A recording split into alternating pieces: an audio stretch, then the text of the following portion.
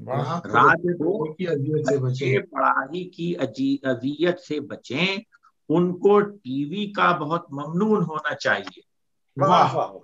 کس طرح T V بچوں کو پڑھنے سے روک رہا ہے.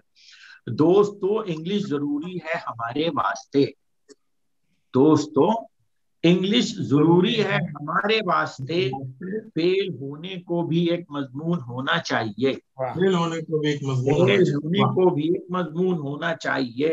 صرف محنت کیا ہے انور کامیابی کے لیے، صرف محنت کیا ہے انور کامیابی کے لیے، کوئی اوپر سے بھی ٹیلی فون ہونا چاہیے.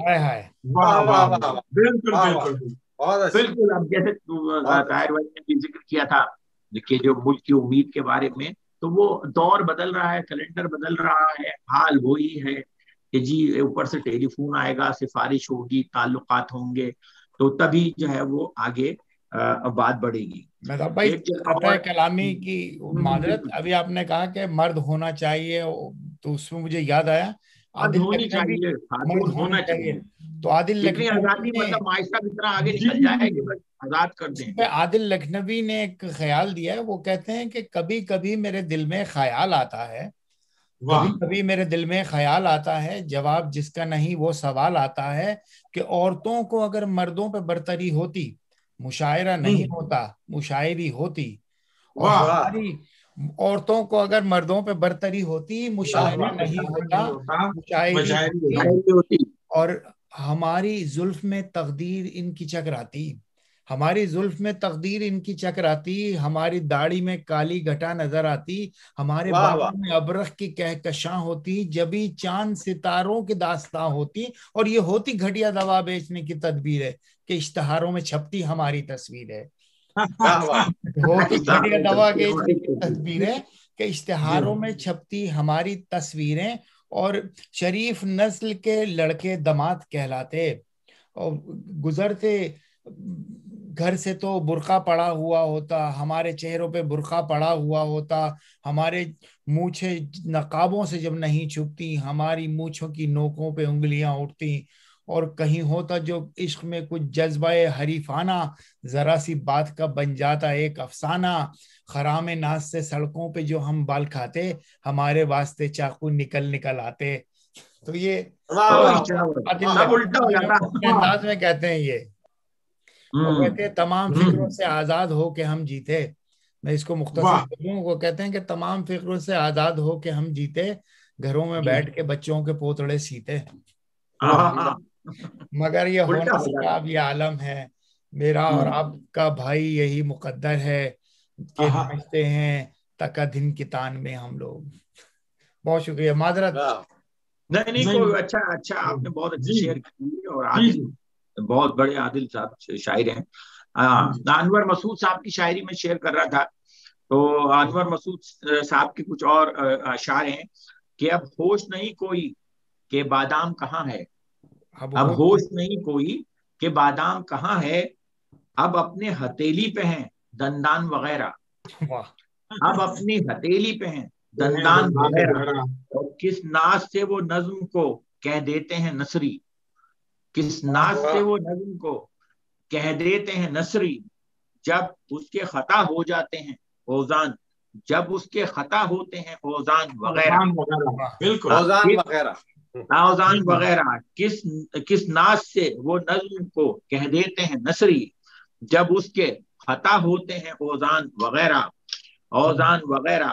اور جمہوریت ایک طرز حکومت ہے کہ جس میں، جو آج کل سینٹ کے الیکشن میں ہو رہا ہے، انور مسعود صاحب ذکر کر رہے ہیں کہ جمہوریت ایک طرز حکومت ہے کہ جس میں گھوڑوں کی طرح بکتے ہیں انسان وغیرہ، گھوڑوں کی طرح بکتے ہیں انسان وغیرہ، ہر شرٹ کی بوشٹ بنا ڈالی ہے انور، ہر شرٹ کی بوشٹ بنا ڈالی ہے انور، یوں چاک کیا ہم نے گریبان وغیرہ، گریبان وغیرہ. اب اس میں طنز ہے آگے کہ جیسے کہ اب ہمارے ہاں سرکاری دفاتر کا جو حال ہے، اور بالکل ایک معاشرے کی کھلی عکاسی ہے، چاہے شاعر جو ہے طنزیہ شاعری کرے، مزاحیہ شاعری کرے، انقلابی کرے، رومانوی کرے، اس نے جو حقیقت جو معاشرے کی ہے اس کو بھی کسی نہ کسی شکل میں بیان کرنا ہے.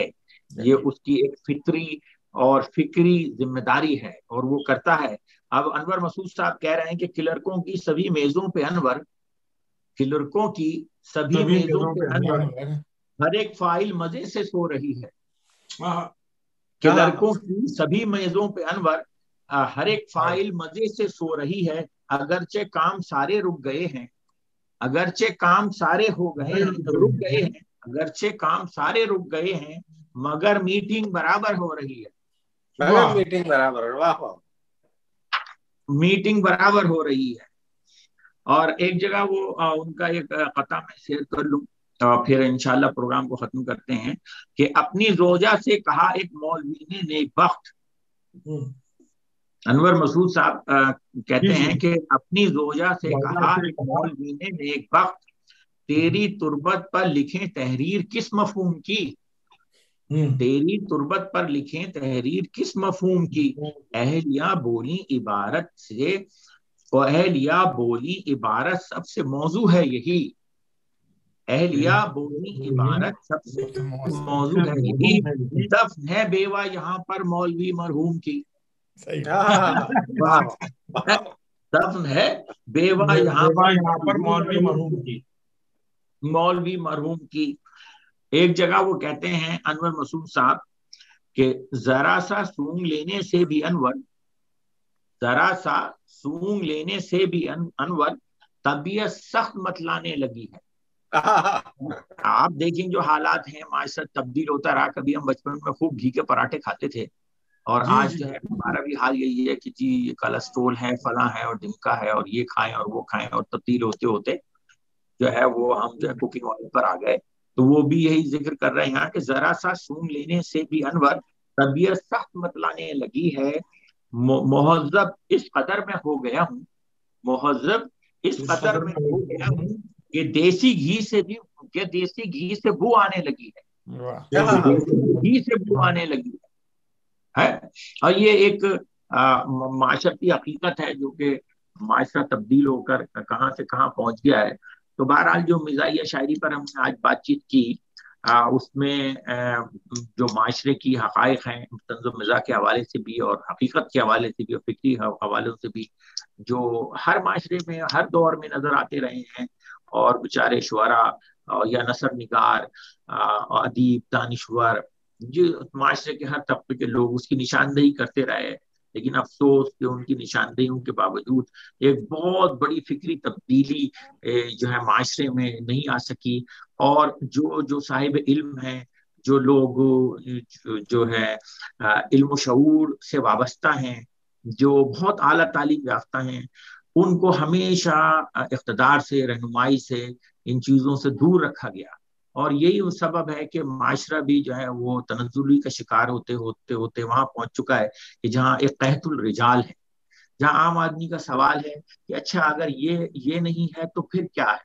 یعنی ان کو سماج میں کوئی پڑھا لکھا، باشعور، تعلیم یافتہ، کوئی وائس چانسلر، کوئی بیرسٹر، کوئی ڈاکٹر، کوئی ادیب نظر نہیں آتا.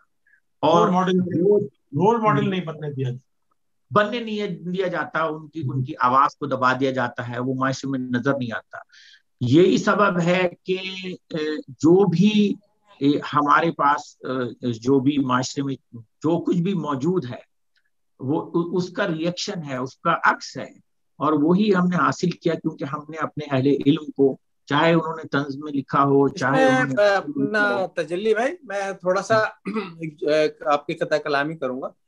یہ جو اصل میں ایک باقاعدہ 30-40 سال کی جدوجہد کا نتیجہ ہے جو معاشرہ جس مقام پہ آج پہنچا ہے. بالکل 77 میں جب ضیاء الحق صاحب نے ایک بیان دیا تھا، جب تعلیم پالیسی بنانے سے پہلے انہوں نے کہا تھا کہ ہمیں ایسے ڈاکٹر یا انجینئر نہیں چاہیے جو کہ اپنے گھر والوں کے محلے میں نماز جنازہ تک نہ پڑھا سکے. یہ بیان تھا ان کا. تو یعنی پھر انہوں نے ایک ایسی نسل تیار کی جو اب پروفیشنل، جو سارے تعلیمی ادارے تھے وہ تو پروفیشنل، اپنا پروفیشن تو وہ کر ہی رہے لیکن ساتھ میں وہ نماز جنازہ ہی پڑھا سکے. اس کے بعد سلیبس میں تبدیلیاں لائی گئیں تو وہ نماز جنازہ ہی پوری قوم ایک طرح سے پڑھ رہی ہے اور وہ جنازے میں ہی ہے. تو یہ ایک باقاعدہ 30-40-50 سال کی جدوجہد ہے, اور اگر اس کو آج ختم کرنا شروع کریں جو کہ جس کا کوئی امکان نظر نہیں آتا, تو اس کو کم سے کم 50-100 سال لگیں گے اس کو واپس نارملائز ہونے. بہرحال آپ کی بات بالکل اتفاق کروں گا میں کہ موجودہ حالات میں ہر طرف جو ہے وہ بالکل تاریکی نظر آتی ہے. بہرحال ہمارا مقصد صرف اور صرف یہاں یہ باور کرانا تھا اور اس حقیقت کو بیان کرنا تھا کہ جن لوگوں نے طنز میں, مزاح میں شاعری کی ہے, انہوں نے بھی جو ہے وہ معاشرے کے لیے ایک پیغام چھوڑا ہے, شعور جگانے کی کوشش کی انہوں نے شعور بھی بیدار کرنے کی کوشش کی, اصلاح کی کوشش کی. انہوں نے معاشرے کو ایک آئینہ دکھایا ہے.